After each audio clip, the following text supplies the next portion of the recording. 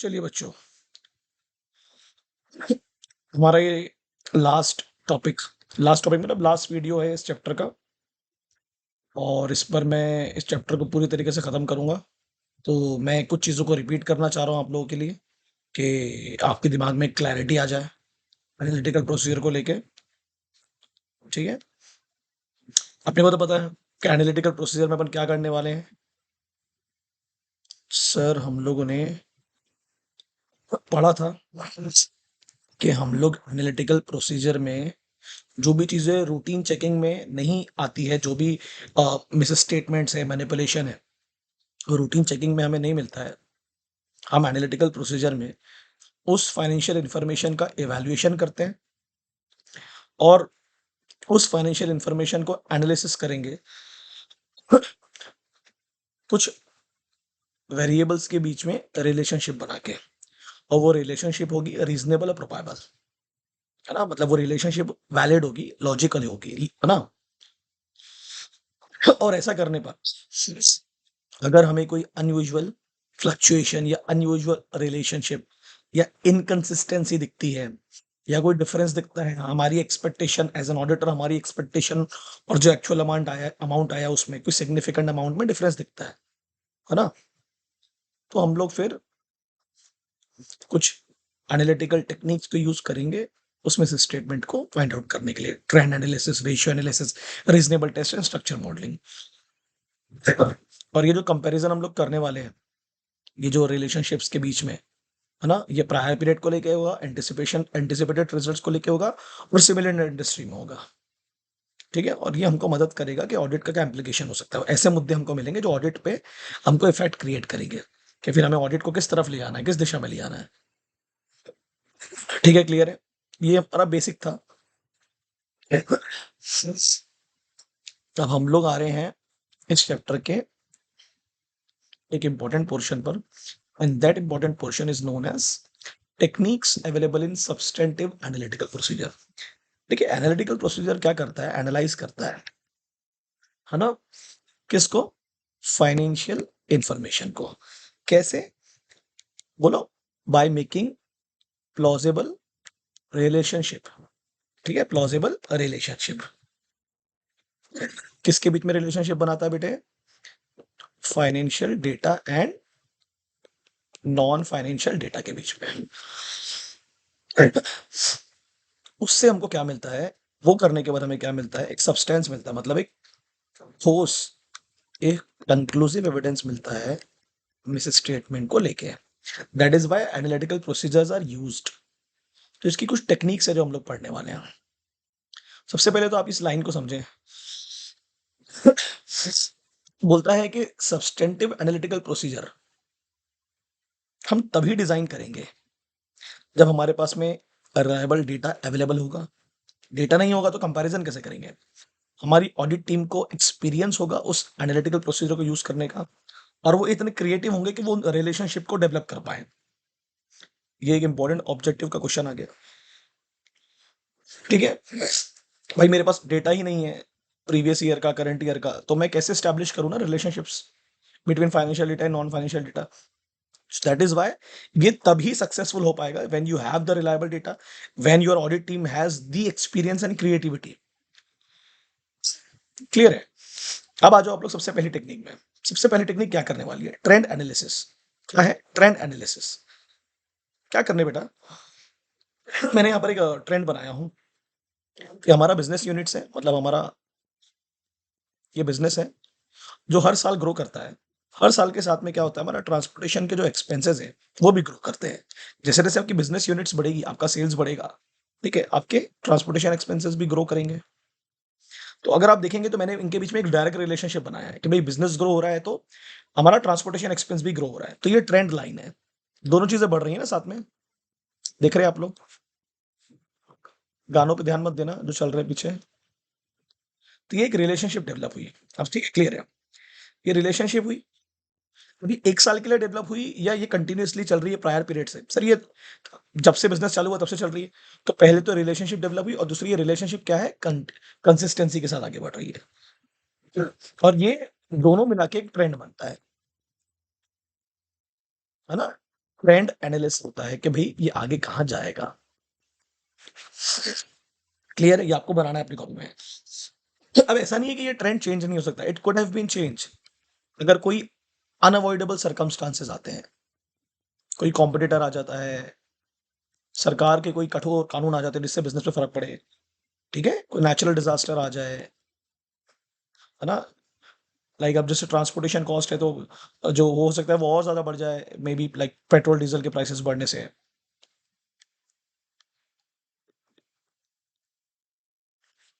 ठीक है, अपने को क्या करना है, ढूंढना है यहाँ पर अपनी जो काम की चीजें हैं। अपन गए यहाँ पर, सबसे पहले अपन ने सेलेक्ट किया अपना मेन फंडा क्या है, ठीक है। बट ट्रेंड एनालिसिस क्या है सर? ये कॉमनली यूज टेक्निक है, सबसे पहली रही। ये क्या कंपैरिजन कर रही है सर? ये करंट डेटा को कंपेयर कर रही है, इस साल के डेटा को। कौन से डेटा से? प्रायर पीरियड बैलेंस से। तो ठीक है, या ट्रेंड को कंपेयर कर रही है टू और मोर प्रायर पीरियड बैलेंस से। जैसे अभी 2023 का फॉर एग्जांपल के तौर पर सितंबर चल रहा है ना, तो पिछले साल के सितंबर से कंपेयर करेगी, फिर उसके पिछले साल के सितंबर से कंपेयर करेगी, that is prior period balance. एक से ज्यादा साल के भी कंपैरिजन हो सकते हैं, कोई दिक्कत की बात नहीं है। और हम लोग देखेंगे जो हमारा करंट ईयर का बैलेंस है, ठीक है, वो उस ट्रेंड को फॉलो कर रहा है कि नहीं कर रहा है, प्रीवियस ईयर के बैलेंस को, जो मेरे मेरे मेरे डायग्राम में कर रहा है ना? क्लियर है? और हमें ऐसे फैक्टर्स को भी समझना होगा जो उन ट्रेंड को चेंज कर सकते हैं, जो मैंने बताया आपको। ऐसे सर्कमस्टांसेस जिसे हम अवॉइड, कॉम्पिटिटर मार्केट में आ जाए तो फर्क पड़ जाए, सरकार की कोई पॉलिसीज होंगी प्राइसेस को लेके, पेट्रोल डीजल को लेके, ट्रांसपोर्टेशन को लेके, उस पर इफेक्ट हो सकता है। तो बेसिकली आप क्या कर रहे हो ट्रेंड एनालिसिस में? You are comparing the trend by comparing current year to prior year information. Clear है? और ये बहुत सारे सालों की भी हो सकती है, 3 4 5 साल की। क्लियर है? ये मैंने इंपॉर्टेंट चीज आपके सामने अंडरलाइन कर दिया। ये वो आपका ट्रेंड एनालिसिस ना, आपने दो चीजों में रिलेशनशिप बनाई और उनकी कंसिस्टेंसी को भी चेक किया, उस पर आपको एक ट्रेंड मिल गया। ये ट्रेंड ऊपर भी जा सकता है, नीचे भी जा सकता है, ये ट्रेंड फ्लक्चुएटिंग भी हो सकता है। क्लियर है? या तो अपन ये पढ़ चुके हैं हजारों बार कि आप कितनी सैलरी दे रहे हो, ठीक है, कितने नंबर ऑफ एम्प्लॉयज है और उनको कितनी सैलरी जा रही है, तो ये हर साल कुछ परसेंट से इंक्रीज होती है। तो पिछले साल कितनी थी, उसके पिछले साल कितनी थी, कितने परसेंटेज से बढ़ रही है, क्या कंसिस्टेंसी है, क्या कि रैंडमली कुछ भी दे रहे हैं, ठीक है, तो जबरदस्ती के एक्सपेंस तो नहीं शो कर रहे हैं फेक एम्प्लॉयज दिखा के, ये सब आपको देखना पड़ेगा। अब आ जाओ रेशियो एनालिसिस में। रेशियो एनालिसिस क्या बोलता है बेटा? देखो ये ध्यान रखो, पहले तो रेशियो एनालिसिस यूजफुल होता है analysing assets and liabilities accounts, ये सबसे पहले हम अंडरलाइन करेंगे, and as well as revenue and expense account. आपका कितना रेवेन्यू, कितना एक्सपेंस है। एक individual balance sheet account is difficult to predict on its own. क्या बोल रहा है वो? मैं एग्जांपल दे रहा हूं आप लोगों को, बहुत अच्छा एग्जांपल मैंने बनाया, खुद से बनाया है आपके लिए, बहुत अच्छा एग्जांपल है। वो बोलता है अगर सेट में लिखा है ट्रेड रिसीवेबल, है ना, कि भाई हमको इतना पैसा मिलने वाला है, फॉर एग्जांपल के तौर पर हम लोग ले लेते हैं कि ध्यान मत देना भाई गाने वाने पर, रिक्वेस्ट है। मान लेते हैं अपन ले रहे हैं, ये आजा भाई, कि ट्रेड रिसीवेबल यहां पर लिखा है 100 करोड़ एसेट साइड में बैलेंस शीट के। तो मेरा एक सवाल है तुम लोगों से, नाम क्या है? Ratio analysis. बेटा इतना पैसा अगर आपको मिलने वाला है तो फिर आपने सेल्स भी किया होगा, जो पीएनएल के किस साइड में है? क्रेडिट साइड में। अब आपने सेल्स किया होगा तो डेफिनेटली कैश सेल्स किया होगा या क्रेडिट सेल्स किया होगा, तो ये भी आपको एक रेशियो एनालिसिस में हेल्प करेगा। ठीक है, अब आपने सेल्स किया होगा तो ट्रेडिंग अकाउंट में इन्वेंट्री की भी एंट्री होगी। भाई एक सिंपल सा फंडा है यार, अगर 100 करोड़ की सेल्स की जा रही है, उदाहरण के तौर पर, एक सेकेंड हाँ बच्चों, 1 सेकेंड 1 सेकेंड 1 सेकेंड, बनना हो जाए बनना हो जाए। अगर 100 करोड़ की सेल्स की जा रही है तो डेफिनेटली 70 से 80 करोड़ की इन्वेंट्री भी तो होगी ना हमारे पास में, बाकी मैंने प्रॉफिट में जोड़ दिया प्राइस को। तो ये क्या किया मैंने, एक अकाउंट बैलेंस को फाइंड आउट करने के लिए दूसरे अकाउंट बैलेंस से, मतलब ट्रांजेक्शन से क्या बनाया, उसका मैंने रेशियो एनालिसिस। क्या बनाया? Ratio analysis. क्या लिखा है यहाँ पर? एक इंडिविजुअल बैलेंस शीट के अकाउंट को, जो खुद अगर मैं सिर्फ यहाँ, मुझे बताओ ट्रेड रेशियो भी तो मैं अकेले प्रेडिक्ट कर सकता था क्या? नहीं ना, वो तो छुपा भी सकती है कंपनी मुझसे। अगर मैं पिछले साल के ट्रेड रिसीवेबल से उसको कंपेयर करूंगा, क्या मतलब रहेगा? उससे तो कुछ मिलेगा ही नहीं, समझ में ही नहीं आएगा। तो मैंने क्या किया, उसको एक दूसरे अनदर अकाउंट से उसकी रिलेशनशिप को मैंने कंपेयर किया, कंपैरिजन किया, उससे क्या बन गया, वो मोर प्रिडिक्टेबल। क्लियर है कि नहीं क्लियर है? तो अपन, अच्छा अब एक चीज ऐसी है कि जैसे ही मैंने रिलेशनशिप बनाया, रिलेशनशिप बनाने के बाद में मैं उसको बोलो बेटा उस करंट ईयर की रिलेशनशिप को मैं प्रायर पीरियड की रिलेशनशिप से मतलब प्रायर पीरियड में भी क्या ट्रेंड था, वो मैं कंपैरिज़न कर सकता हूँ और फ्यूचर में क्या रहेगा। ठीक है? अब मुझे ऐसा लगता है कि मैंने वो रिलेशनशिप तो डेवलप कर लिया, तो अब मान लो एक बहुत बड़ी ग्रुप ऑफ इंडस्ट्रीज़ है, मैंने यहाँ लिख दिया नेस्ले, तो उनकी बाकी फर्म्स भी क्या यही रेशियो को फॉलो करती हैं? वो चेक करूँगा मैं और अगर मुझे ऐसा लगता है कि इस इंडस्ट्री में बहुत सारी फर्म्स नहीं है, तो फिर मैं उसके कॉम्पिटिटर से भी चेक कर सकता हूँ, क्या वो लोग भी इसी रेशियो एनालिसिस टेक्निक को फॉलो करते हैं? ठीक है? क्या उतना भी इनका भी ट्रेड रिसीवेबल उतना ही है? क्या उनकी भी सेल्स इतनी है? ये कंपैरिज़न किया जा सकता है। पहले मैं उस कंपनी का खुद तो फाइंड आउट कर लूँ रेशियो एनालिसिस और फिर मैं उसको दूसरी एंटिटी से या अगर उस इंडस्ट्री में और फर्म है तो उस फर्म से भी कंपेयर कर सकता हूँ। नेस्ले ग्रुप में तो बहुत सारी फर्म्स है ना, ठीक है? तो मैंने लिख दी हूँ जैसे ये रिलेशनशिप्स है। सेल्स रेवेन्यू के साथ आपके फ्रेट एक्सपेंसेस पे भी तब्दीली आती है। वो बोल रहा है आपका जो सेल्स रेवेन्यू है, फ्रेट एक्सपेंसेस उसका कितना परसेंटेज होगा? ठीक है? अब ये बहुत इंपॉर्टेंट एग्जांपल है, ये एग्जाम में पूछ सकता है। वो बोल रहा है जो ऑडिटर है, वो ग्रॉस प्रॉफिट रेशियोज को भी कंपेयर करता है ऑडिट में, करता है। अब क्या कर सकता है? उसी कंपनी के पिछले साल से कंपेयर करेगा या दूसरी कंपनियों से कंपेयर करेगा सेम इंडस्ट्री में, कर सकते हैं ना बेटा? तो मेरा एक सवाल है तुम लोगों से, जो ग्रॉस प्रॉफिट रेशियो है, वो एक इतना वाइडर टर्म है, इतना बड़ा टर्म है, उसको दूसरे अकाउंट बैलेंसेस से कंपेयर करना मुश्किल है। तो हम हमारे पास ऑप्शन ही क्या बचाता है, या तो उसी कंपनी के पिछले साल से कंपेयर करो या उसी कंपनी से के कॉम्पिटिटर से कंपेयर करो। ठीक है? अब आ जाओ आप लोग, समझा आपको रेशियो एनालिसिस में क्या किया हम लोगों ने? जल्दी से मेरे साथ रिपीट करो क्या किया हम लोगों ने। सर इसमें एसेट लायबिलिटी अकाउंट को हम लोग ने कंपेयर किया, as well as revenue expenses account को भी हमने एनालाइज किया। एक इंडिविजुअल बैलेंस शीट में एक इंडिविजुअल बैलेंस शीट अकाउंट को हम प्रिडिक्ट करना बहुत ज्यादा मुश्किल है, तो उसको एक अनदर अकाउंट के एक किसी अमाउंट से आइटम से कंपेयर करके प्रेडिक्टेबल बनाया जा सकता है। जैसे हम लोगों ने ट्रेड रिसीवेबल को किससे कंपेयर किया? सेल्स से। तो मैंने अपने एग्जांपल में सेल्स से किसको कंपेयर किया? इन्वेंट्री से। ठीक है? पहले मैंने उनसे खुद से पहले एक रिलेशनशिप बनाया, एक रेशियो एनालिसिस बनाया, फिर मैंने उसी एंटिटी के प्रीवियस ईयर से कंपेयर किया, फिर मैंने उसी एंटिटी की ग्रुप ऑफ इंडस्ट्रीज फर्म से कंपेयर किया और फिर मैंने उसी इंडस्ट्री के अदर कंपनियों से भी उसे कंपेयर किया। रीजनेबल टेस्ट बहुत इंपॉर्टेंट है, बहुत ईजी है, हम लोग आराम से कर लेंगे। ये हम लोग बेसिकली यूज करते हैं नॉन फाइनेंशियल डेटा पर। ये बहुत इंपॉर्टेंट है। वो पूछेगा रीजनेबल टेस्ट काय पे लगाए जाते हो? रीजनेबल है, एक्यूरेट नहीं है, एब्सोल्यूट नहीं है, रीजनेबल है। फॉर ऑडिट, बोलो बेटा ऑडिट पीरियड। अब समझो लॉजिक क्या है, understand please, try to understand, important है। मैंने जितने एग्जांपल लिखे प्लीज अपनी कॉपी में लिखे आप लोग। बोलता है अनलाइक ट्रेंड एनालिसिस, इसमें हम लोग फाइनेंशियल इंफॉर्मेशन, फाइनेंशियल डेटा को कंपेयर कर रहे थे। Analytical procedure does not rely on events of prior period. हर बार हम प्रायर पीरियड पे तो डिपेंड नहीं करेंगे, बट हम लोग कुछ कभी कभी नॉन फाइनेंशियल डेटा पर भी डिपेंड करते हैं, और उसी ऑडिट पीरियड में जिस ऑडिट पीरियड को हम लोग अभी कैलकुलेट कर रहे हैं। तो यहाँ पर कुछ एग्जांपल्स हैं, बहुत इजी एग्जांपल्स हैं, हम लोग इसको कंपेयर करेंगे और खत्म करेंगे कंपेयर करके। क्या लिखा है इसमें? अगर आप इंटरेस्ट दे रहे हो लोन पर, तो आप पर ऑब्लिगेशन होगी, तो मुझे ये डॉक्यूमेंट दिखा दो आप। Non financial data, raw material का कंजम्पशन है तो प्रोडक्शन होता होगा, तो मेरे को इसकी आप डॉक्यूमेंट शो कर दो, ये डिटेल दिखा दो। वेस्टेज और स्क्रैप है तो प्रोडक्शन एंड रॉ मटेरियल होगा। ये कंपैरिजन के मैंने डायग्राम बना के रखे, मतलब मेरे जो कंपैरिजन है, ये क्या कर रहे हैं हम लोग? बोलो बेटा नॉन फाइनेंशियल डेटा से कंपेयर कर करके निकाल रहे हो करंट ईयर के। क्या लिखा मैंने? The test are generally more applicable to income statement, मतलब पीएनएल से रिलेटेड है ना, या अक्रूवल चीजों पर, जो चीजें मिलने वाली हैं, होने वाली हैं, प्री पेमेंट अकाउंट्स पर, जो चीजें बोलो बेटा जो हो चुकी है, जो मैं कर चुका हूं। फिर से रिपीट करो मैं, रीजनेबल टेस्ट किस पर ज्यादा एप्लीकेबल होगा? पीएनएल स्टेटमेंट्स पर, ठीक है, अक्रूवल आइटम्स पर और pre payment accounts. Pre payment मतलब जो पैसा, जो चीजें हम लोग आने वाले साल की जो भी पेमेंट्स हैं वो पहले ही कर चुके हैं, और उनके रीजनेबल्स को हम लोग टेस्ट करेंगे। एग्जांपल में क्या दिया है? वर्क इन प्रोग्रेस को हम लोग किससे चेक कर रहे हैं? हमारे पास मटेरियल एंड सेल्स की, रॉ मटेरियल और सेल्स की क्वांटिटी का हमारे पास में रेशो होगा। अगर काम हो रहा है तो सेल्स हो रहा होगा, रॉ मटेरियल आपके पास होंगे। जितना सेल्स होगा उतना आपने डिस्काउंट एंड कमीशन दिया होगा ना उल्टा। अगर आप डिस्काउंट एंड कमीशन दे रहे हो तो आपका सेल्स वॉल्यूम बढ़ रहा होगा। ये हम लोगों ने एक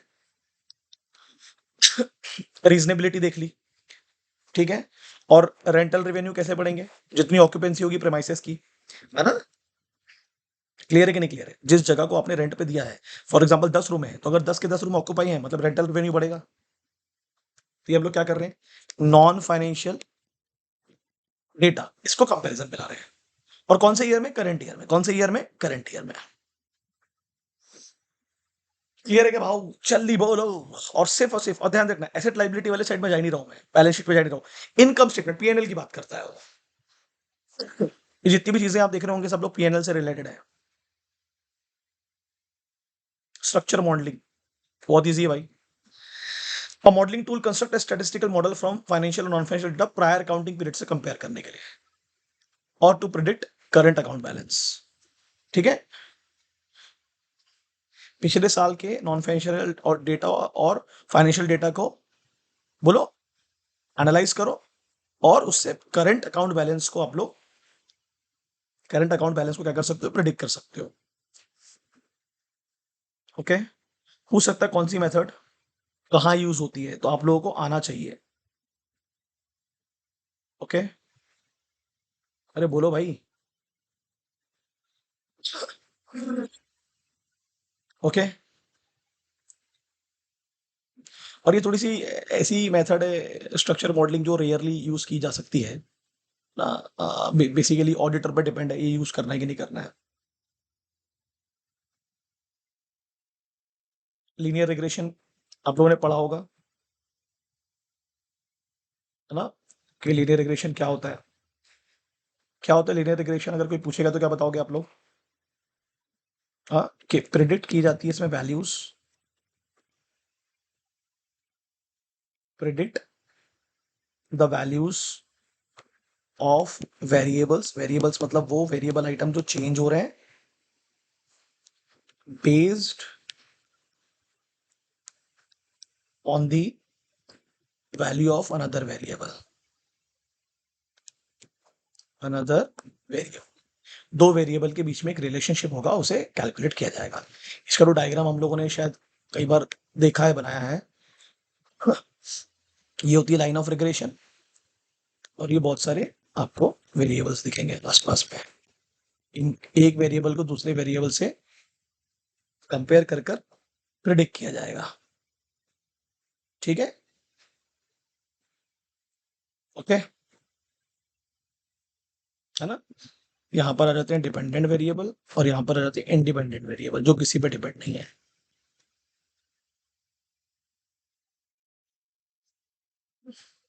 ओके, जैसे फॉर एग्जांपल कोई मार्केटिंग कंपनी है। अब उसका इंडिपेंडेंट वेरिएबल क्या है? एक R&D, एक ऐसा खर्चा जो उसकी कंपनी पर तो डायरेक्टली डिपेंड नहीं है। और कुछ होंगे डिपेंडेंट वेरिएबल्स, ठीक है। जैसे सेल्स होगा तो डिस्ट्रीब्यूशन का खर्चा बढ़ेगा, ट्रांसपोर्टेशन का खर्चा बढ़ेगा, डिपेंडेंट वेरिएबल्स है। ठीक है, क्लियर है। तो ये आप लोगों को बहुत इंपॉर्टेंट चीज है, रीजनेबल टेस्ट। रीजनेबल टेस्ट, एक रीजनेबल रिलेशनशिप बनाई जाएगी किसके बीच में? इनकम स्टेटमेंट अकाउंट्स के बीच में, कुछ अक्रूवल अकाउंट्स के बीच में और कुछ प्रीपेमेंट्स अकाउंट्स के बीच में। और वो किस पे बेस्ड होगी? नॉन फाइनेंशियल डेटा पर। किस पे बेस्ड होगी? नॉन फाइनेंशियल डेटा पर। जैसे यहाँ पर आपके बुक में भी एग्जांपल दिया है कि भाई रेंटल इनकम निकालना है कि कितना पैसा आप कमा रहे हो रेंट के रूप में, तो मैं देखूंगा कितने रूम भरे हुए हैं। तो ये जो रूम का भरना है, ये रूम का जो भरना है ये हुआ आपका नॉन फाइनेंशियल डेटा। तो मुझे एक्चुअल टेस्ट तो मैं कर नहीं पाऊंगा, एब्सोल्यूट तो नहीं कर पाऊंगा, तो रीजनेबल भी बन गया। अगर 90% भी मैं श्योर हो गया, 80% भी श्योर हो गया, तो मैं आगे बढ़ जाऊँ। अब वेस्टेज और स्क्रैप की वैल्यू क्या मैं एब्सोल्यूट ला सकता हूँ क्या? नहीं, मगर मेरे पास रीजनेबल रिलेशनशिप भी बन गया। हाँ भाई, प्रोडक्शन के साथ में ये बढ़ता है, तो मैं आगे बढ़ जाऊंगा ऐसे कि भाई इंटरेस्ट बियरिंग ऑब्लिगेशन है, लोन्स लिए जाएंगे तो इंटरेस्ट का एक्सपेंस तो बढ़ेगा। तो अगर आप मुझे 75-80% भी सेटिस्फाइड कर दो एज एन ऑडिटर के, हाँ भाई ठीक है, ये तो रीजनेबली मैं सेटिस्फाइड हूँ, तो आगे बढ़ते हैं। अब आ जाओ एक और इंपॉर्टेंट चीज में कि एनालिटिकल प्रोसीजर को हम लोग कब एक सब्सटेंटिव टेस्ट की तरह यूज करेंगे, कंक्लूसिव टेस्ट की तरह, जिससे हमको एक्चुअली में ऑडिटर को मदद मिलेगी। तो मैंने बहुत अच्छे से इसमें बनाया बेटा। बोलता है जब आप डिजाइन करते हो या परफॉर्म करते हो सब्सटेंटिव एनालिटिकल प्रोसीजर को, या तो अकेले करोगे या टेस्ट ऑफ डिटेल के साथ करोगे, सही है ना? एज पर 330 रिस्क को असेस करने के बाद में, risk of material miss statement को असेस करने के बाद में, तो ऑडिटर क्या करेगा? ये जो एनालिटिकल प्रोसीजर है इसको आप सब्स्टिट्यूट टेस्ट की तरफ कब यूज करोगे? आपको कब लगेगा कि ये एपी मुझे काम आएगा, मुझे कंक्लूसिवली काम आएगा, कंक्लूसिवली काम आएगा? सबसे पहले क्या करना पड़ेगा भैया? सबसे पहले तो देखना पड़ेगा कि ये जो एनालिटिकल प्रोसीजर है ये सूटेबल है कि नहीं है गिवन असर्शन के लिए, ठीक है? फिर मुझे देखना पड़ेगा कि एनालिटिकल प्रोसीजर से मैं रिस्क को असेस कर पा रहा हूं कि नहीं कर पा रहा हूं। समझ में आ रहा है? क्योंकि हर असर्शन के लिए एनालिटिकल प्रोसीजर पॉसिबल नहीं हो पाती या फिर उतनी सुटेबल नहीं हो पाती है, स्पेशली अकाउंट बैलेंसेस में जो चीजें होती हैं, मतलब बैलेंस शीट में। फिर मुझे देखना पड़ेगा कि जो रिलायबिलिटी ऑफ डेटा है, जो डेटा मेरे पास है, तभी तो मैं कंपैरिजन करूंगा ना, तो वो डेटा रिलायबल है या नहीं है। उस डेटा की मदद से मैं क्या करूंगा? एनालिटिकल प्रोसीजर को इंप्लीमेंट करूंगा। जैसे मैंने यहाँ पर लिख दिया हूं, तो जो भी आइटम को मैं चेक कर रहा हूँ वो क्या होना चाहिए? प्रेडिक्टेबल। आपको भी लिखना है क्या बनना चाहिए वेरिएबल्स के बीच में? रिलेशनशिप। रिलेशनशिप कैसी बननी चाहिए? कंसिस्टेंसी। मतलब पूरा नंबर 1 नंबर 2 हो गया ना। पहले तो आइटम को देखूंगा प्रेडिक्टेबिलिटी है कि नहीं, फिर आइटम्स के बीच में क्या होना चाहिए? रिलेशनशिप। फिर वो रिलेशनशिप कैसी होनी चाहिए? कंसिस्टेंसी के साथ में। और रिस्क ज्यादा होगा, है ना? अगर रिस्क मेरे को लग रहा नहीं यार ये तो बहुत ही अनप्रेडिक्टेबल रिलेशनशिप है, कंसिस्टेंसी नहीं है, तो फिर एपी से एपी नहीं, फिर मुझे टीओडी में जाना पड़ेगा, टेस्ट ऑफ डिटेल्स। एपी नहीं लगाऊंगा मैं।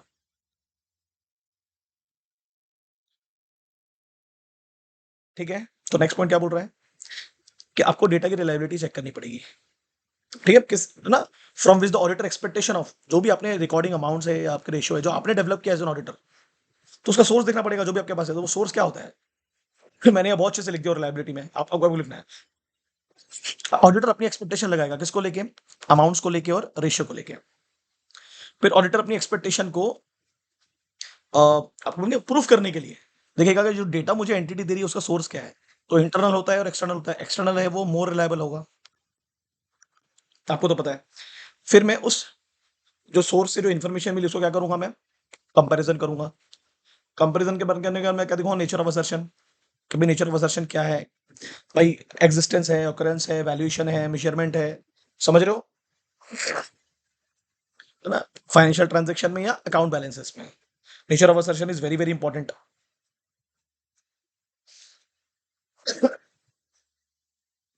अगर सेल्स की बात हो रही है कि हमने इतनी इतनी सेल्स किया, मान लेते हैं 100 करोड़ की, तो असर्शन क्या हो जाएगा यहाँ पर? बताओ कि भाई इतनी सेल हुई है, तो बता, दिखा हुई है कि नहीं हुई, एग्जिस्ट करती कि नहीं करती, या ऑकरेंस में है कि नहीं है। अगर तू बोल रहा 100 करोड़ की सेल्स है तो ऑकर हुई होगी ना, एग्जिस्टेंस में होगी, तो दिखा। फिर जो इन्फॉर्मेशन मुझे मिली, है ना, वो रिलेवेंट है या नहीं है, काम की है या नहीं है। और last but not the least, जो इन्फॉर्मेशन मुझे परोसी गई एज एन ऑडिटर, उस पर कंट्रोल था कि नहीं था, इंटरनल कंट्रोल। अगर कंट्रोल वीक था तो रिस्क ज्यादा होगा, तो कंट्रोल स्ट्रांग था तो रिस्क कम होगा। अब आपको तो पता है अगर रिस्क ज्यादा है तो फिर मैं टेस्ट ऑफ डिटेल्स में चले जाऊंगा, और रिस्क कम होगा तो मैं एनालिटिकल से भी काम चला के आगे बढ़ जाऊंगा। ठीक है, ये आपको भी लिख लेना है, आप लिख सकते हैं, मैं इसका स्क्रीनशॉट ले लीजिएगा या इसको कर लीजिएगा। Nature of assertion is very very important. Assertion क्या है?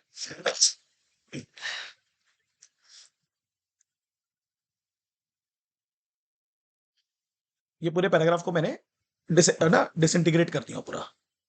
अब आ जाओ आप लोग कि ऑडिटर क्या करता है। तीसरा पॉइंट सबसे इंपॉर्टेंट है, अपनी एक्सपेक्टेशन बनाता है अमाउंट और रेशियोज को लेके, और वो देखता है कि जो एक्सपेक्टेशन मैंने बनाया है, डेवलप किया है,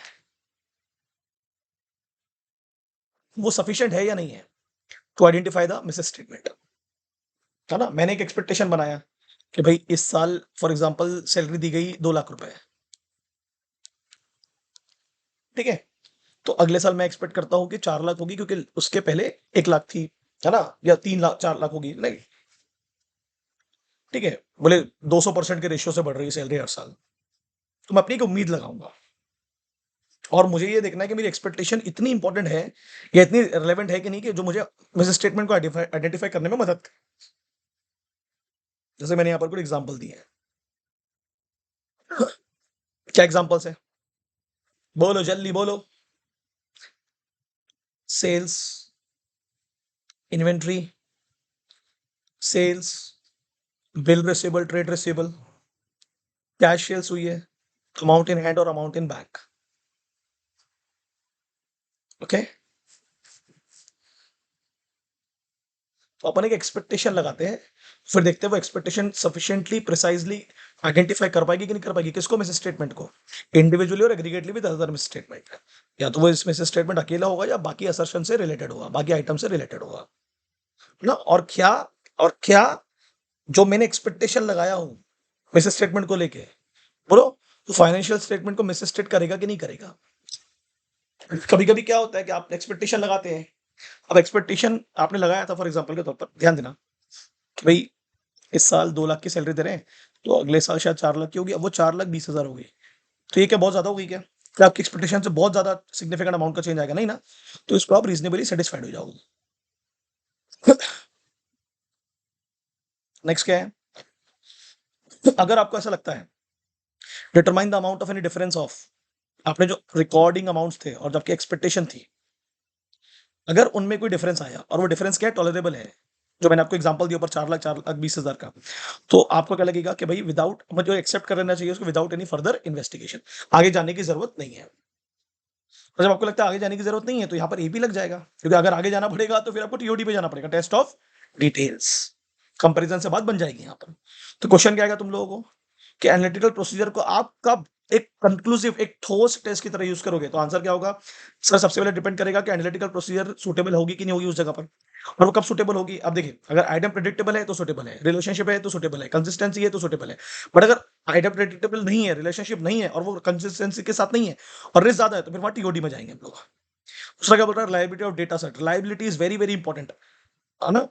तो मैंने रिलायबिलिटी को लेके काफी अच्छा पॉइंट्स बनाया है कि सबसे पहले रिलायबिलिटी को लेके ऑडिटर अपनी एक्सपेक्टेशन सेट करेगा अमाउंट और रेशियोज को लेके, फिर वो सोर्स पे जाएगा, सोर्स की रिलायबिलिटी को चेक करेगा, फिर वो कंपेयर करेगा उन सोर्स की रिलायबिलिटी को, फिर वो असर्शंस पे जाएगा, कौन सा नेचर ऑफ एग्जिस्टेंस है, ऑकरेंस है, कट ऑफ है, राइट्स है, ऑब्लिगेशन है, ठीक है। फिर वो जो इन्फॉर्मेशन है वो असर्शन से रिलेटेड होना चाहिए, सिंपल है। अगर वो सेल्स की बात कर रहा हूँ, फॉर एग्जाम्पल सेल्स की बात कर रहा हूँ, उदाहरण दे रहा हूँ, तो सेल्स से रिलेटेड क्या क्या असर्शन इंपॉर्टेंट है सर? इन्वेंट्री, ठीक है, ट्रेड रिसीवेबल, समझ में आ रहा है मैं क्या बोल रहा हूँ?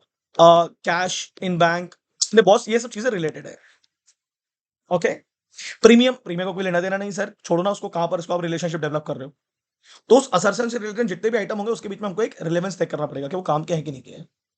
और आखिरी में जो भी इन्फॉर्मेशन मुझे दी गई, मेरे सामने थी, उस पर बराबर कंट्रोल था कि नहीं था।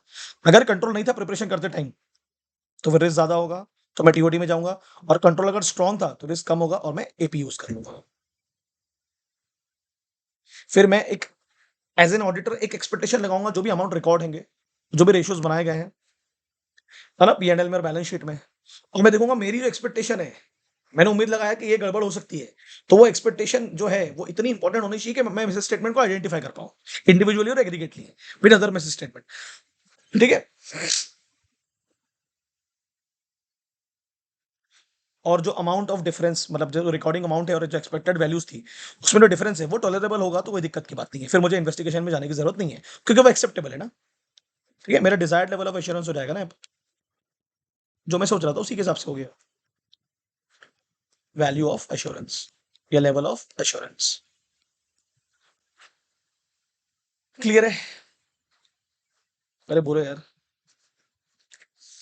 तो ये एग्जांपल्स मैंने आप लोगों के सामने, आप समझे कि भाई जब मैं किसी चीज को, कोई मिस स्टेटमेंट है मेरे साथ में, तो वो दूसरे मिस स्टेटमेंट से कैसे रिलेटेड है, वो देखना पड़ेगा ना। ये सब रिलेटेड मिस स्टेटमेंट्स मैंने बता दिए हैं।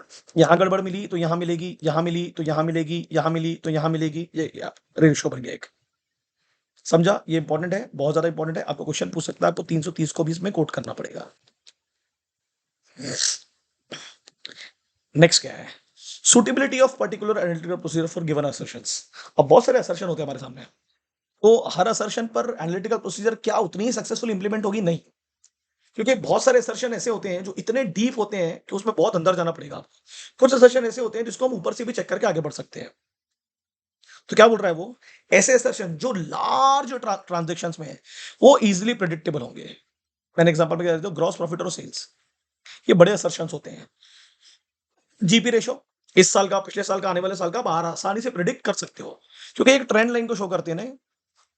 भाई ग्रॉस प्रॉफिट रेशो है तो एक ट्रेंड लाइन को शो करेगा, वो एक ट्रेंड लाइन को शो करेगा, ये इजिली प्रिडिक्टेबिलिटी में आ जाएगा कि भाई इस साल इतना है तो अगले साल कितना होगा, उसके आने वाले साल में कितना होगा, इस तरीके से प्रिडिक्टेबिलिटी हो सकती है।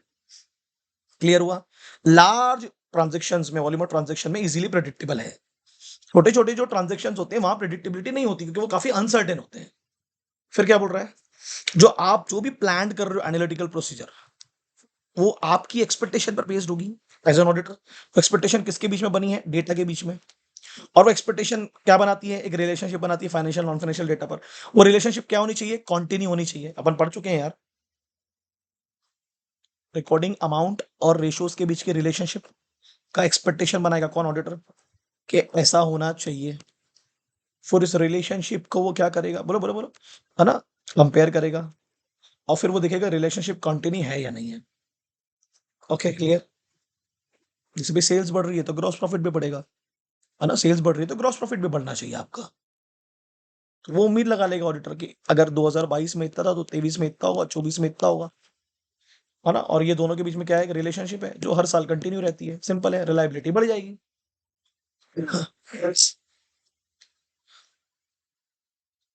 जैसे मिसलेनियस एक्सपेंसेस पे बड़ा डिफिकल्ट है एपी लगाना क्योंकि वो काफी अनसर्टेन होते हैं, कभी प्रिडिक्टेबल नहीं हो सकते वो। कभी भी किसी भी प्रकार का एक्सपेंस इंक्लूड हो सकता है उसमें। However, the suitability of particular analytical procedure will depend upon auditor assessment of how effective it will be detecting a misstatement. अगर आप एज एन ऑडिटर, मैंने लिखा हूं यहाँ पर, सब लिख के दे दियो यार, एनालिटिकल प्रोसीजर यानी आप लिखो, मैंने आप कंपैरिजन तब करोगे ना when you have detection the misstatement. As an auditor तुम कंपैरिजन कब करोगे? जब तुमको कोई मिस स्टेटमेंट दिखेगा। अगर मिस स्टेटमेंट ही नहीं मिला तो कंपैरिजन किसका करोगे? तुम्हें अगर चीजें गलत दिख नहीं रही है तो कंपैरिजन किसका करोगे फिर? तो तुम्हारी जो पर्टिकुलर एनालिटिकल प्रोसीजर है, ये यहाँ पर बहुत इंपॉर्टेंट है। वो किस पर डिपेंड करती है कि तुम्हारा असेसमेंट कितना इफेक्टिव है, किसको लेके, किसके डिटेक्शन को लेके? Miss statement. तो मिस स्टेटमेंट को ढूंढना बहुत जरूरी है, तभी आप एनालिटिकल प्रोसीजर को वहां पर इंप्लीमेंट कर पाएंगे।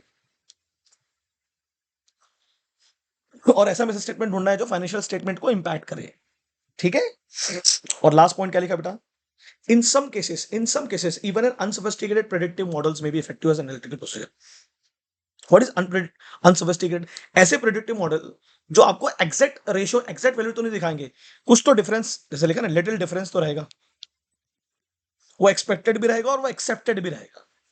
ये जितने भी मैंने आपको मॉडल्स पढ़ाया, ये जो ऊपर हम लोग पढ़ रहे हैं, एनालिटिकल प्रोसीजर में टेक्निक्स पढ़ रहे हैं, ये आपको एक्चुअल वैल्यूज दिखा रही है, एक्चुअल रेशियोज दिखा रही है, नहीं ना? ये ऐसे प्रेडिक्टिव मॉडल है, अनसोफिस्टिकेटेड है। आम आदमी, आम एंटिटीज नहीं यूज कर सकती इसको। ईजी नहीं है यूज करना, इसके लिए दिमाग लगता है। तो ये इफेक्टिव रहते हैं, ठीक है, एनालिटिकल प्रोसीजर में। लिटिल डिफरेंसेस के साथ में, वो डिफरेंसेस क्या होते हैं? एक्सपेक्टेड होते हैं, है ना? है ना? है ना? मतलब अगर थोड़ी बहुत गड़बड़ी भी आएगी तो ऑडिटर क्या कर रहा है? उसको एक्सेप्ट कर लेता है कि चलेगा मेरे को। यहाँ एग्जाम्पल तो हजारों बार बना के दे दिया है मैंने कि आपकी बिल्डिंग है, उसमें नंबर ऑफ रूम्स, उस पर कितना टैरिफ है, फिक्स रेंट है, कितना ऑक्यूपेंसी रेट है, ये आपका क्या शो कर देगा? Total rental income. तो आपने एक रिलेशनशिप बनाया, नंबर ऑफ रूम्स क्या हो गई, कौन सा डेटा हो गया? Non financial data. Tariff rates क्या हो गए आपके? Financial data. आप समझ रहे हो? ये रिलेशनशिप तय किया आप लोगों ने। फिर यही नंबर ऑफ एम्प्लॉयज में अपन पढ़ चुके हैं यार, फिक्स रेट पे मिल रहे हैं, कितने एम्प्लॉय को कितने वेजेस मिल रहे हैं फिक्स रेट पर, तो इससे क्या निकल जाएगा? Total wages. फिर उससे टोटल पेरोल कॉस्ट, कितना पैसा खर्चा आपका जा रहा है कॉस्ट में, हायर करने में, उससे क्या मिल जाएगी? आपकी हाई डिग्री ऑफ एक्यूरेसी। ये सब पता करने के बाद आपकी एक्यूरेसी हो जाएगी कि हाँ, इतना इतना पैसा जा रहा है। तो मैं अंडरलाइन कर दे रहा हूँ आप लोगों के लिए कि आपको पूछेगा एग्जाम में तो ये एग्जाम्पल लिखते आना चाहिए। ठीक है? तो फिर डिटेल में जाने की जरूरत नहीं है ना। यहाँ लिखा है ना, अगर आपको इसी से इन्फॉर्मेशन मिल गई तो फिर आपको reducing the need to perform test of details on payroll, अगर इसी से आपको पूरा डेटा मिल जाता है। ठीक है? और लार्ज ट्रांजेक्शन्स में मैं ऑलरेडी बता चुका हूँ, एनालिटिकल प्रोसीजर ज्यादा फायदेमंद होती है। किसको किसको सपोर्ट करती है? वो रीजनेबलनेस को। एक्यूरेट तो कुछ होगा नहीं। क्लैरिटी आ रही है? समझ में आ रहा है? नहीं आया या कोई चीज नहीं आई तो क्लास में तो हम डिस्कस कर लेंगे। क्लियर हो गया? डिफरेंट डिफरेंट टाइप्स के एनालिटिकल प्रोसीजर आपको डिफरेंट डिफरेंट प्रकार का एश्योरेंस प्रोवाइड करती है। उसमें दिया जैसे टोटल रेंटल इनकम को देकर दिया है कि हमने पूरी बिल्डिंग को डिवाइड किया काय में? अपार्टमेंट्स में। फिर सबके रेंटल रेट लिया, फिर नंबर ऑफ अपार्टमेंट देखा, फिर देखा कितने खाली हैं। उससे क्या मिल गया आपको? एक परसुएसिव एविडेंस मिल गया जो मोर बिलीवेबल होगा, क्योंकि आपने एक रिलेशनशिप बना ली फाइनेंशियल, नॉन फाइनेंशियल डेटा पर। एक्यूरेसी बढ़ जाती है ना, क्योंकि आपके पास डेटा अवेलेबल था दोनों, फाइनेंशियल भी और नॉन फाइनेंशियल भी। तो फिर आपको डिटेल में जाने की जरूरत नहीं है। ये तो क्लियर हो गया। अब बोल रहा है कॉन्ट्रास्ट में calculation of comparison of gross margin ratio. अब ग्रॉस मार्जिन निकालनी है आप लोगों को, हाँ? कितना आपका ग्रॉस प्रॉफिट्स है, उससे रेवेन्यू ना, मीन्स कंफर्मिंग रेवेन्यू फिगर निकालना है। तो वो लेस परसुएसिव होगा, वो आपको लेस बिलीवेबल लगेगा। ठीक है, वो काम आ सकता है आपको चीजें कंफर्म करने के लिए, बट वो आपके लिए मोर परसुएसिव नहीं हो सकता। एज एन ऑडिटर आप उस पर एक्चुअल बिलीव नहीं कर सकते। फिर आपको क्या करना पड़ेगा, डिटेल में घुसना पड़ेगा, अगर उसको एक्चुअली में जानना है, इंप्लीमेंट करना पड़ेगा, एप्लीकेबल करना पड़ेगा, अगर उसकी डिटेल में घुसना है। क्योंकि वो जीपी रेशियो तो कुछ भी बता सकते हैं ना, ठीक है, क्योंकि लार्ज ट्रांजेक्शन है ना बेटा। लार्ज ट्रांजेक्शन में अगर आपको ऐसा लग रहा है कि नहीं नहीं यार, मुझे वो मुझे क्लिक नहीं मिल रही है एज एन ऑडिटर, तो फिर मैं क्या करूंगा, एपी ना लगाते हुए टीओडी में घुसूंगा। Other audit procedure. क्लियर। ये जितना मैं लिख रहा हूँ सब लिखना है, जितना मैं लिख रहा हूँ सब लिखना है तुम लोगों को। एक बार ये कर लो, सूटेबिलिटी किस पे डिपेंड करती है। सर सूटेबिलिटी लार्ज ट्रांजेक्शन पे ज्यादा होती है एनालिटिकल प्रोसीजर की, क्योंकि वो आसानी से प्रिडिक्टेबल हो सकते हैं। फिर हम लोग जो प्लान करेंगे एपी को, वो किस पे एक्सपेक्टेशन पे होगी, ऑडिटर के एक्सपेक्टेशन पे, किसको लेके, रिलेशनशिप को लेके, उसकी डेटा को लेके, फाइनेंशियल नॉन फाइनेंशियल डेटा को लेके, उसकी कंटिन्यूटी ऑफ रिलेशनशिप को लेके। फिर सूटेबिलिटी किस पे डिपेंड करेगी, ऑडिटर के असेसमेंट को लेके, ऑडिटर कितनी आसानी से या कितने अच्छे से इफेक्टिवली मिस स्टेटमेंट को ढूंढेगा। अगर मिस स्टेटमेंट ही नहीं मिल रहा है, जो कॉज करने वाला किसको, फाइनेंशियल स्टेटमेंट को, तो फिर कहां से मैं कंपेरिजन करूंगा। और ये एनालिटिकल प्रोसीजर बहुत सारे प्रेडिक्टिव मॉडल्स के थ्रू लगाया जाएगा, ऐसे प्रेडिक्टिव मॉडल्स जो बोलो आपको रीजनेबिलिटी सेटिस्फाइड करेंगे, और इसमें लिटिल डिफरेंस भी आया तो वो आप एक्सेप्ट कर सकते हो एज अ मॉनिटर। ठीक है,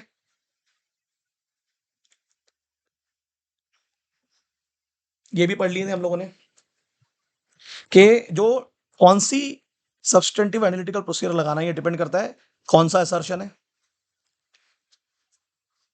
नेचर ऑफ असर्शन क्या है, फिर ऑडिटर का असेसमेंट क्या है, risk of material miss statement का। जैसे क्या बोल रहा है वो, अगर कंट्रोल वीक है सेल्स ऑर्डर पर, मतलब लोग नजर ही नहीं रख रहे हैं कितने सेल्स ऑर्डर आ रहे हैं, तो ऑडिटर क्या करेगा, फिर डिटेल में जाएगा ना, rather than substantive analytical procedure. ठीक है, ओके, क्लियर है ना। आप बोल रहे हो 100 करोड़ की सेल्स है, मतलब ये हुई है, ऑकर हुई है, ये हो गया आपका असर्शन, हुई होगी ना सेल्स, तभी तो आप बोल रहे हो। तो अब ये हुई है तो आपके पास सेल्स ऑर्डर होंगे।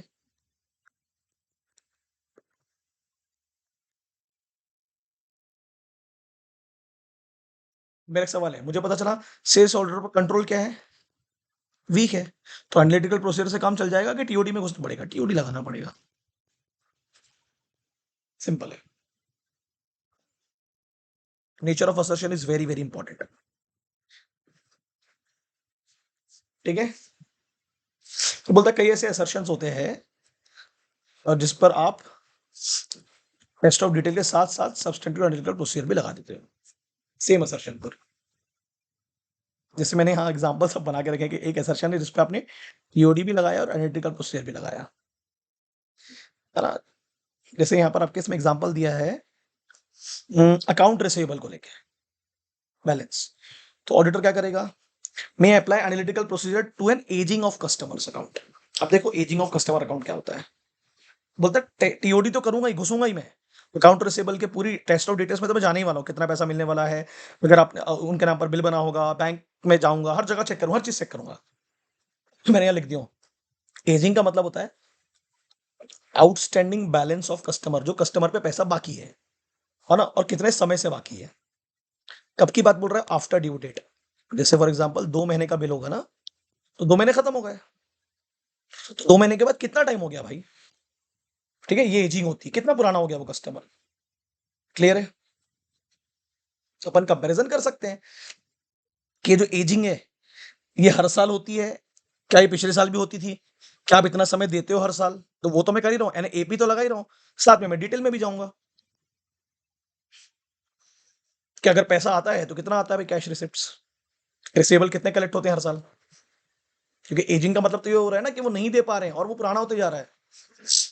तो यहाँ पर दोनों आएगा, डिटेल्स में भी जाऊंगा और कंपैरिजन भी करेंगे प्रीवियस टाइम पीरियड से।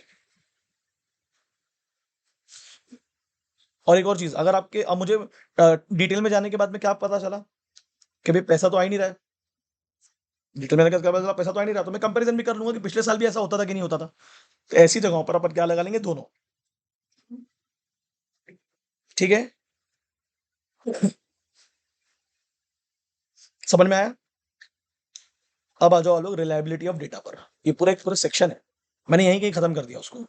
जो डेटा आपको मिल रहा है, सबसे इंपॉर्टेंट क्या होता है उसके पहले कि कौन से सोर्स से आया है। मैंने पढ़ा चुका हूं, एक्सटर्नल है तो हाई एक्यूरेसी होगी, हाई होगी कंपेयर टू इंटरनल, एब्सोल्यूट तो नहीं हो सकती। कंपेरेबिलिटी ऑफ इन्फॉर्मेशन, अंदर अंदर से मिल रही है, बाहर से मिल रही है, ये पर पढ़ चुके हैं। Nature and relevance of information, किस प्रकार की है और उस वो काम की है कि नहीं है, ओपिनियन बनाने के लिए। Control over the preparation of information, मैं पढ़ा चुका हूं बहुत अच्छे से, बहुत अच्छा डायग्राम बनाया है। अगर कंट्रोल एग्जिस्ट करता है तो ये देखना है कि इफेक्टिव है कि नहीं है। तो क्या लिखा हूं, अगर वो लेस इफेक्टिव है, बोलो जल्दी बोलो, अगर वो लेस इफेक्टिव है, रिस्क ज्यादा होगा कि कम होगा? Sir more risk. तो फिर क्या हो जाएगा, जल्दी बोलो, लो कॉन्फिडेंस, भरोसा कम होगा। तो फिर मैं काय में जाऊंगा, कौन सी, जल्दी बोलिए क्या लगाऊंगा फिर यहाँ पर मैं? सर मुझे जाना पड़ेगा फिर टेस्ट ऑफ डिटेल्स में। अगर एग्जिस्ट भी करता है, इफेक्टिव भी है, मोर इफेक्टिव है, लेस रिस्क है, मेरा कॉन्फिडेंस बहुत ज्यादा है एज एन ऑडिटर कंट्रोल्स पर, तो फिर मैं यहाँ पर क्या लगा सकता हूँ, एनालिटिकल प्रोसीजर। क्लियर है?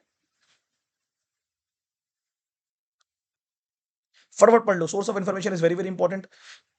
ये तब बहुत ज्यादा इंपॉर्टेंट होती है जब कहां से आती है, independent sources outside the entry. Underline करते चलो। तो पहला क्या होगा, सोर्स ऑफ इन्फॉर्मेशन, हेडिंग पहले क्या बनेगी, सोर्स ऑफ इन्फॉर्मेशन। फिर कंपेरेबिलिटी, अब ब्रॉड इंडस्ट्री डेटा है तो हमें दूसरी एंटिटीज के भी कंपैरिजन करने पड़ेंगे। मतलब अगर एक ही जैसे टाटा इंडस्ट्री है तो उसकी बाकी फर्म्स का भी मैं चेक कर लूंगा कि इन लोग के ग्रॉस प्रॉफिट रेशियोज क्या है, इन लोग के यहाँ पर ट्रांसपोर्टेशन कॉस्ट कितना होता है, इनके एम्प्लॉय को कितनी सैलरी आती है। और मैं टाटा के साथ जितनी और फर्म्स भी होंगी, मतलब दूसरी रिलायंस है, उनसे भी कंपैरिजन कर लूंगा। तो comparison of information available with in the और आउटसाइड द इंडस्ट्री। फिर इन्फॉर्मेशन का नेचर और रिलेवेंस चेक किया जाएगा। ठीक है, और लास्ट क्या लिखा है कि जो प्रिपरेशन की गई किसको लेके, इन्फॉर्मेशन को लेके, कहां पर, फाइनेंशियल स्टेटमेंट, उस पर कंट्रोल था कि नहीं था। और अगर कंट्रोल था, देखो बताओ, कंट्रोल था तो क्या, अगर कंट्रोल होगा तो क्या होगा, कंप्लीटनेस इन्फॉर्मेशन होगी, एक्यूरेट इन्फॉर्मेशन होगी और वैलिड इन्फॉर्मेशन। ठीक है, इन्फॉर्मेशन कैसी होगी, कंप्लीट होगी, एक्यूरेट होगी और वैलिड होगी। याद रखना, एग्जांपल्स पूछते हैं। ये मैंने आपको पढ़ा दिया ऊपर ही डायग्राम के साथ, पूरा पढ़ा दिया मैंने आप लोगों को, पूरा पढ़ा दिया। आप अंदर से पढ़ेंगे आपको पूरा समझ में आ जाएगा। बस इसको आप अंडरलाइन कर लेना कि कभी कभी होता है ये, लेस ऑफन। गाने पे ध्यान मत दो, और प्लीज ये पढ़ लेना, तुरंत पढ़ लेना, आपको समझ में आ जाएगा। मैंने यहाँ पर देखो, यहाँ आप लोगों लिख दिया यूनिट सेल्स मतलब क्या होता है।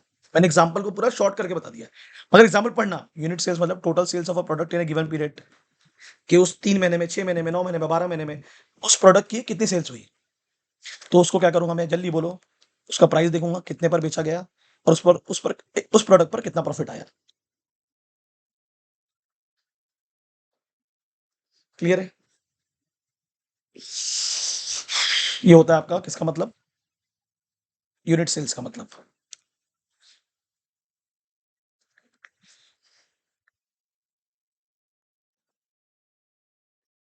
सेल्स किए होंगे तो आपके पास सेल्स इनवॉइसेस होंगे,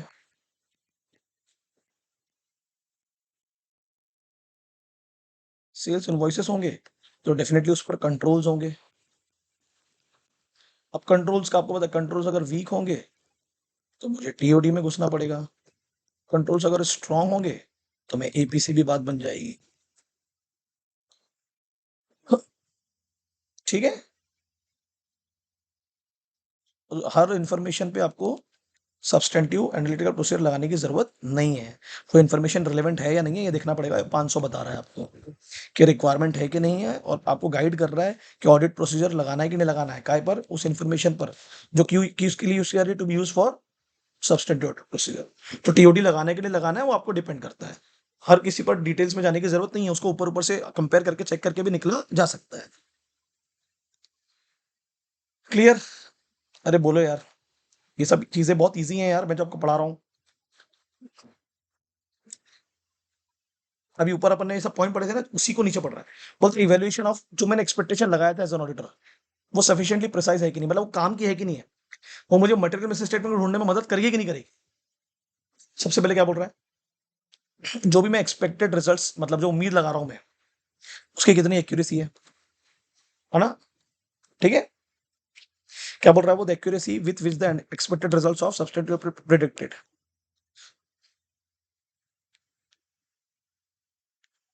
एग्जांपल देता हूं, बहुत अच्छा एग्जांपल है। बोलता है अगर ऑडिटर में expect greater consistency in comparing, अगर ऑडिटर ग्रॉस प्रॉफिट मार्जिन को एक पीरियड से दूसरे पीरियड में कंपेयर करता है, ठीक है, तो वो उसके लिए बहुत ज्यादा हाई एक्यूरेसी देगा, क्योंकि डेटा अवेलेबल है, क्योंकि डेटा अवेलेबल है। कौन सा डेटा है ये, जल्दी बोलो। प्रिडिक्टेड है, इजीली प्रिडिक्टेबल है। अब क्या बोल रहा है, ऐसे खर्चे जो प्रिडिक्टेबल नहीं है, जो डिस्क्रिशनरी है, मैंने लिख दिया पर अनसर्टेन है, जब जितना इच्छा हो रही तब कर रहे हो, तो उसमें प्रिडिक्टेबिलिटी क्या हो जाएगी, लेस। तो यहाँ पे एग्जांपल के दे, रिसर्च एंड एडवर्टाइजिंग, ये अनसर्टेन खर्चे हैं। तो क्या बोल रहा है, एक्यूरेसी किस पे डिपेंड करेगी, प्रिडिक्टेबिलिटी पर। किसकी, कंसिस्टेंट डेटा आपके पास अवेलेबल होना चाहिए, या लिख देना, एक्यूरेसी किस पे डिपेंड करेगी, प्रिडिक्टेबिलिटी ऑफ कंसिस्टेंट डेटा। वहां रिजल्ट कैसे आएंगे, फिर इफेक्टिव आएंगे, किसके, सब्सटेंटिव एनालिटिकल प्रोसीजर के। फिर क्या बोल रहा है, जो इंफॉर्मेशन आपने ली है वो डिसएग्रीगेटेड। अब डिसएग्रीगेटेड का मतलब क्या होता है, पूरा समझ लेना। देखो, सब्सटेंटिव एनालिटिकल प्रोसीजर में भी more effective when it is applied to financial information on individual section of an operation or to a financial statement of components of diversified entity।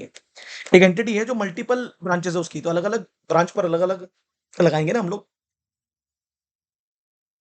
ठीक है, एनालिटिकल प्रोसीजर,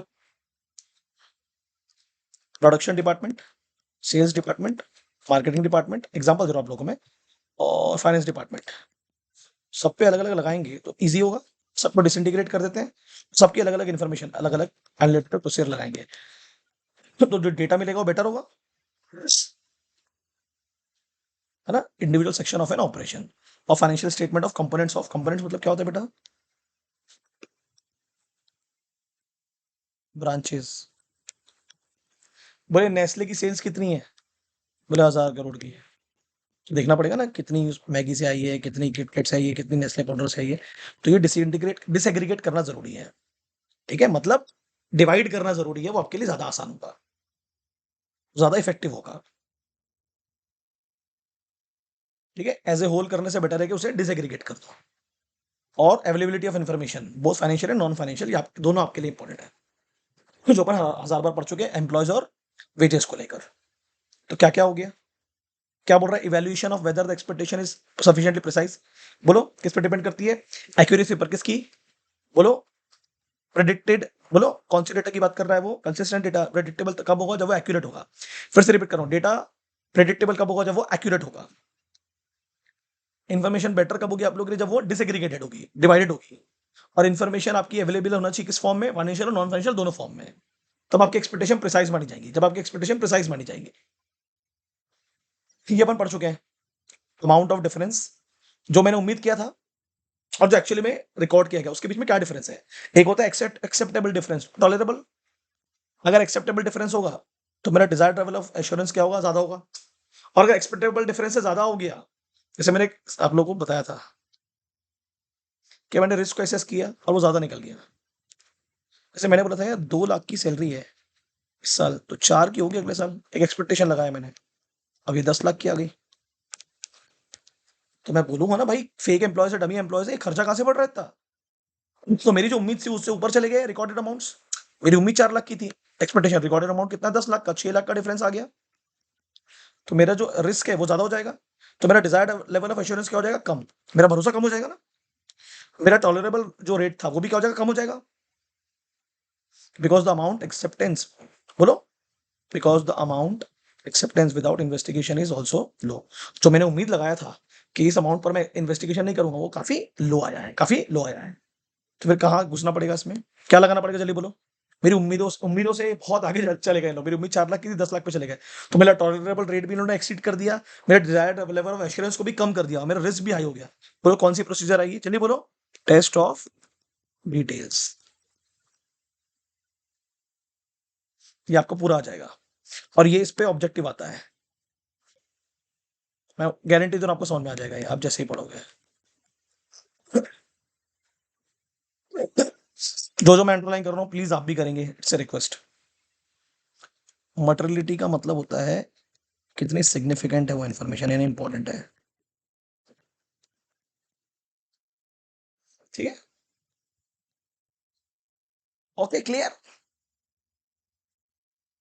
समझ में आ रहा है?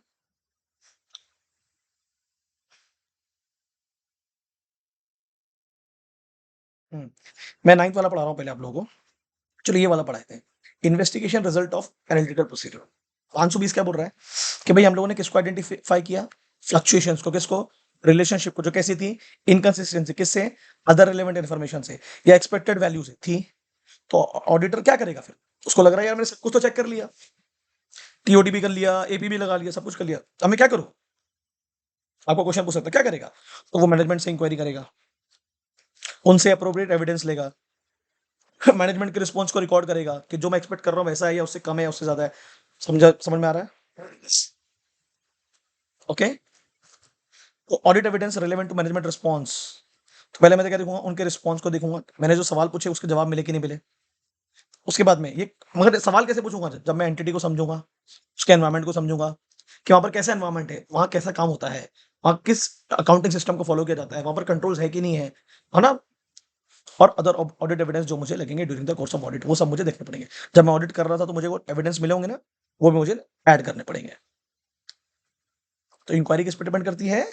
बोलो, एंटिटी के अंडरस्टैंडिंग पर, उसके एनवायरमेंट के अंडरस्टैंडिंग पर, और अदर ऑडिट एविडेंस जो मुझे during the course of audit मिला।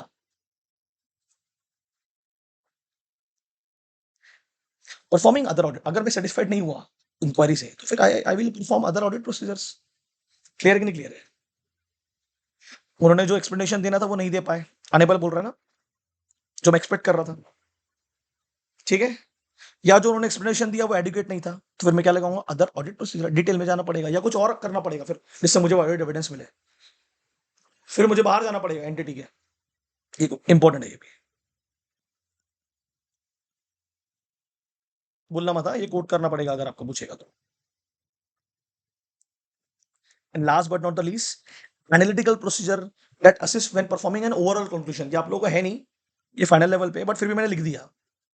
तो आप कंक्लूजन फॉर्म करें, मतलब आपका ऑडिट खत्म हो रहा है, तो मैंने लिख दिया, एनालिटिकल प्रोसीजर की मदद से ओल्ड रिस्क को भी आइडेंटिफाई किया जा सकता है। जो पुराने रिस्क होंगे, जो पिछली बार फाइंड आउट नहीं किए गए होंगे, मतलब पिछले ऑडिट में, पिछले साल में, पिछले कुछ प्राइवेट पीरियड में, प्रायर पीरियड्स में। तो अब एज एन ऑडिटर मेरे को क्या लगा कि पिछले कुछ सालों में भी गलती हुई है, जो मैंने एपी से पता किया प्रायर पीरियड्स को चेक करके। फिर मैं क्या बोलूंगा एज एन ऑडिटर एंटिटी को कि आप अपना रैप चेंज करिए। What is RAP? Risk assessment procedure. क्योंकि आपका जो रिस्क असेसमेंट है वो वीक है, तभी पिछले साल मिस स्टेटमेंट्स आइडेंटिफाई नहीं हो पाए। समझा? ये इंपॉर्टेंट पॉइंट है बहुत। पर ये कब हुआ? जब मैं अपना, बोलो, ओपिनियन बना रहा था, कंक्लूजन दे रहा था। क्लियर है? Unrecognised risk of material misstatement, जो पिछले साल के ऑडिट्स में रिकॉग्नाइज नहीं हो पाया है। तो मैं बोलूंगा प्लीज आपको अपनी रिस्क ऑफ एमएम को मॉडिफाई करना चाहिए, और जो फर्दर में प्लान करोगे उसको मॉडिफाई कर देना, चेंज कर देना, पिछले साल जैसा मत रखना। क्योंकि उसमें कई चीजें क्या हो जा रही है? अनरिकॉग्नाइज्ड। जो मैंने हिंदी में लिख दिया आप भी लिख देना, आपको काम आएगा बहुत ज्यादा। आपको रैप चेंज करना पड़ेगा, मॉडिफाई करना पड़ेगा फॉर फ्यूचर ऑडिट। क्लियर? समझ में आया? मैं पूरी उम्मीद कर रहा हूं आप इसको फटाक से रिवाइज करोगे, और मेरे को पूरी उम्मीद है कि आपको आ जाएगा। ओके, ठीक है, चलो चैप्टर खत्म, टेक केयर, ध्यान रखो अपना, प्लीज खत्म कर लेना इसको फटाक से।